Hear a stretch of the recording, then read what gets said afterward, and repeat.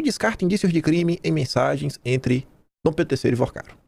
O entendimento da PF, Dom Pedro III e o Paquito, né, a mensagem entre eles não apresenta qualquer indício de crime, porque não é possível recuperar o conteúdo delas.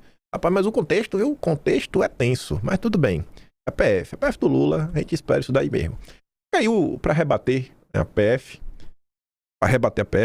aparece o Estadão. Então, se for ter alguma batida aí, busca apreensão, prisão, prenda o Fabiano Lana. Eu estou mostrando a matéria golpista dele. Xandão prenderia Dom Pedro III e Toffoli. Herói das esquerdas e do antibolsonarismo em geral. Gostei dessa descrição. Dom Pedro III, vulgo Xandex, criou um personagem bastante característico, draconiano, implacável. Para ele, questões circunstanciais são provas finais. Afirmações políticas mais carregadas, mesmo em âmbito privado, seriam ameaças à democracia e precisariam de punição exemplar. Mensagens em que se permite apenas uma visualização ou audição, indícios graves de crimes. Nesses critérios rigorosos aplicados por ele, os vândalos e golpistas do 8 de janeiro merecem mais de uma década de encarceramento. Empresários que aprovam um hipotético golpe de Estado no bate-papo em grupo de WhatsApp a receber uma partida policial. Há até um inquérito que completou 7 aniversários para esse fim, colocar ordem, controlar esse pessoal de maneira definitiva. Inclusive, escreveu o ministro, pesava contra a Débora do Batom, uma das participantes do 8 de janeiro, o fato dela ter apagado suas mensagens de texto e áudio, um indício de que cometia ilícitos. Xandex falou, você apagou, e a Ana Cibucci, advogada, falou que a pena parece que aumentou em 3 anos por causa disso, que apagava as mensagens. Então, se você aplicar o direito xandônico, deveria investigar, né? Quando Dom Pedro III condena, as penas são sempre elevadas. Nada pode ser deixado para trás, pois se trata de defesa da democracia. Era uma questão até mesmo civilizacional, uma luta do bem contra o mal, na qual ele estaria, claro, do lado do bem. Restaria a população a agradecer para sempre. Mas, se ele aplicar os mesmos critérios em tudo o que o envolve com o liquidado, né, do Banco Master, do mafioso tupinique Daniel Vorcaro, há relações mais explicadas, né, como o contrato de 130 milhões envolvendo a esposa, a compra e venda do resort de alto luxo do colega Toffoli, que envolve a turma do Paquito, há visitas pessoais na casa do criminoso, eventos no exterior, até, como se sabe, mensagens apagadas pelo próprio ministro em conversa com esse banqueiro na véspera da prisão do gangster banqueiro. Se for uma pessoa com sensibilidade, Dom Pedro III pode estar vivendo uma espécie de crise existencial. Aplicará a própria régua para si mesmo, para Toffoli? Como? Afastando-se do caso, do Supremo, da vida pública? Vai pedir para a nossa sonolenta PGR uma denúncia contra si mesmo? Vai pedir que o Senado abra contra ele, Toffoli, o processo de impeachment? Ou vai seguir em frente, como se nada tivesse ocorrido? Vai inventar que é vítima de uma vingança sórdida daqueles que ainda apoiam Bolsonaro? São dilemas enfrentados pelo ministro. O correto é que ele dê a si mesmo o direito de defesa mais do que ele concedeu a quem ele condenou. Para o distinto público, inclusive os que o santificaram, ele ainda não deu as devidas explicações, causando frustração e perplexidade. Para aguentar os velhos bolsonaristas de grupo de WhatsApp que nos últimos dias não se cansam de repetir sobre Dom Pedro III. Eu te disse. A quem confiou no ministro por mais tempo do que o devido, só resta responder, né? Eu sei. Tu me avisou e agora eu tô sabendo. Os bolsonaristas estavam certos. Quem poderia imaginar? Essa questão dele ter ficado muito chateado aí que a Débora do Batom apagou mensagens, foi destaque na Globo. Moraes criticou mensagens apagadas por Débora do Batom em voto por condenação, desprezo pelo judiciário. A declaração foi relembrada por perfis bolsonaristas após a informação de que o magistrado teria se comunicado por recado de visualização única com o Paquito na data da prisão do ano passado. Agora tu já imaginou se a Globo estivesse noticiando fatos concretos da realidade? Notícias reais. É só um fato. Aqui não tá, não análise de valor, tipo, olha como ele é malvado. Não tem nenhuma adjetivação. Só falar, só ser honesta. Se a Globo tivesse sido honesta nos últimos 7 anos, Lula seguiria preso, a gente estaria no governo Bolsonaro, não ia ter todo esse aumento de imposto maluco, o crime organizado ia tá tomando um enquadro bonito, as apreensões de droga iam continuar crescendo, o Brasil está desenvolvendo, a inflação ia realmente estar sob controle, né? Aquele papo que a inflação está sob controle, mas o preço da comida não para de crescer. Aí não tinha que passar pano para o absurdo. Aí o Andreasa vem na mesma linha. O que as mensagens do Paquito para Dom Pedro III revelam sobre o direito xandônico? Aí ele fala, irmão, será investir na incompreensão. Você não vai entender nada se você ler as mensagens, entre eles, sem ter como norte que existe o contrato de quase 130 milhões. Parta com isso em mente. Diga-se que Dom Pedro III, um salvador da pátria acessível, respondeu a todos os apps do banqueiro, conteúdo disponível porque é apagado. E eu tenho um monte de gente sem responder, velho. Eu fico às vezes assim, meu Deus, velho. O povo vai ficar com raiva de mim. E o homem lá, toda mensagem que o Paquito manda, ele responde. O bicho é prestativo, viu? Nota.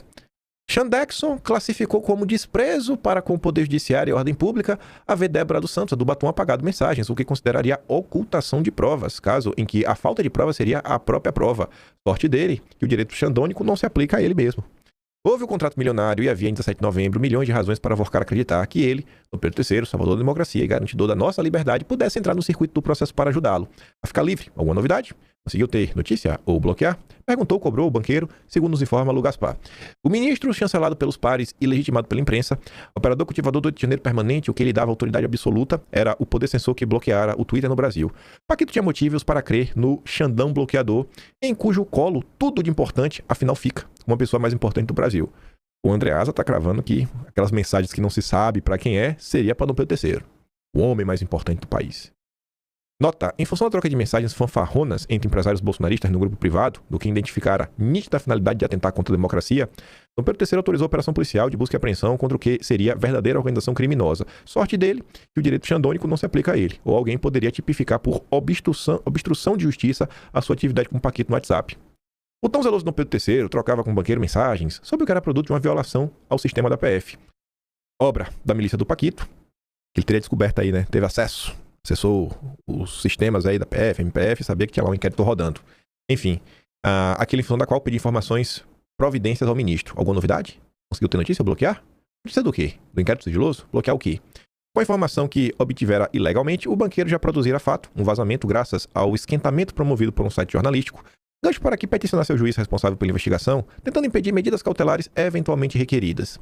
Porcaro vazara para entrar no circuito do processo, para tentar bloquear sua prisão. Porcaro a Dom Pedro III. Alguma novidade? Conseguiu ter notícia bloquear? Porcaro, distribuidor de dízimo a milhão, acreditar no Deus errado. Talvez se diga, já que já se diz que afinal foi preso, que acabaria preso. Estaria preso, agora fosse Dias Toffoli, ainda o relator do caso. Aí, diante de uma situação como essa, dessas mensagens e do direito xandônico, começam os questionamentos. Rapaz, o que é que faz num caso desse? De coração, como é que faz? Aí o que diz, né? O desespero está em um nível que o Barreto foi perguntar para a inteligência artificial se Mendonça poderia prender o imperador. Não teve nem receio de falar disso ao vivo. A crise que o Moraes está levando para o Supremo Tribunal Federal, na sua visão, é igual, maior ou menor do que a crise que o Toffoli levou para dentro do Supremo Tribunal Federal, no caso Master? Boa pergunta, Caio. Eu acredito que é uma crise maior, porque, querendo ou não, ali, olhando para a situação do ministro Toffoli, você estava falando de relações comerciais envolvendo um empreendimento, bens privados, e no pouco que eu conheço, nesse caso, existe um contrato, a pessoa que é titular do contrato não prova os serviços prestados até agora, né? E há uma suspeita de que esses serviços, na verdade, eles são desempenhados pelo ministro, né? E isso traz uma situação que, para mim, é pavorosa de pensar, que é, se há, né, esse contrato, pode haver outros, né? Outros ministros podem estar tocando, isso é um procedimento comum. Eu acho que isso traz questões para a gente escapar do noticiário, factual, né? E, enfim, se fulano é culpado ou não. E acho que traz questões institucionais muito importantes, como o professor São Paulo disse. E acho que a primeira delas é a seguinte, que controle que existe, né? Assim, que segurança que nós temos que hoje ministros da Suprema Corte, do STJ ou de outros tribunais não irritam privadamente para clientes, né? Utilizando o Estado como se fosse seu patrimônio, né? Eu acho que isso traz uma questão muito séria, inclusive, né, pedindo licença para o professor Sampaio, que sempre é mais ponderado do que eu, da gente descobrir se a gente tem no STF, né? Porque é incrível que nós, voltando à sua primeira pergunta, não era mais adequado que o ministro se afastasse, mas quem pode afastar o ministro? Hoje eu tive a curiosidade de ir no chat GPT, o Gemini, enfim, perguntar, o ministro André Mendonça pode mandar prender o ministro Alexandre de Moraes? E não pode. E se não existe instituição acima dos ministros, a gente tem que se perguntar se existe instituição. O STF é uma ficção, apenas um lugar, né, onde a gente tem 11 detentores, né, de poder absoluto que vão para lá fazer negócio. Eu acho que hoje essa é uma questão que a sociedade brasileira precisa responder. E aí, gente? Tem instituições? Ou vivemos uma farsa? A Raquel Landim teve a mesma dúvida. Toffoli e Dom Pedro III deveriam se explicar ou se afastar do Supremo. De todos os escândalos que já abalaram o Brasil, incluindo Lava Jato e Mensalão, o caso do Master é o primeiro que atinge em cheio o Supremo. Ficar exposto meio do trabalho de investigação da PF, do jornalismo, as conexões do banqueiro com Toffoli e Dom Pedro III. As suspeitas são gravíssimas e vão desde contratos milionários a uma suposta ajuda para evitar a prisão do banqueiro. Importante frisar que ainda são suspeitas e tudo precisa ser provado e verificado. Os ministros não são intocáveis, ao contrário, são falíveis. Mas o Supremo é a joia das instituições republicanas. Abalar o Supremo é colocar em risco toda a segurança jurídica do país, afugentando investidores e colocando decisões já tomadas em dúvida. É tão complicado que ninguém nem sabe direito como investigar o ministro do Supremo. Pela Constituição, a PF precisa de uma autorização do próprio Supremo para fazer apurações sobre o ministro. Logo, ao recolher as evidências, os delegados precisam enviar tudo ao juiz do caso, no caso Mendonça.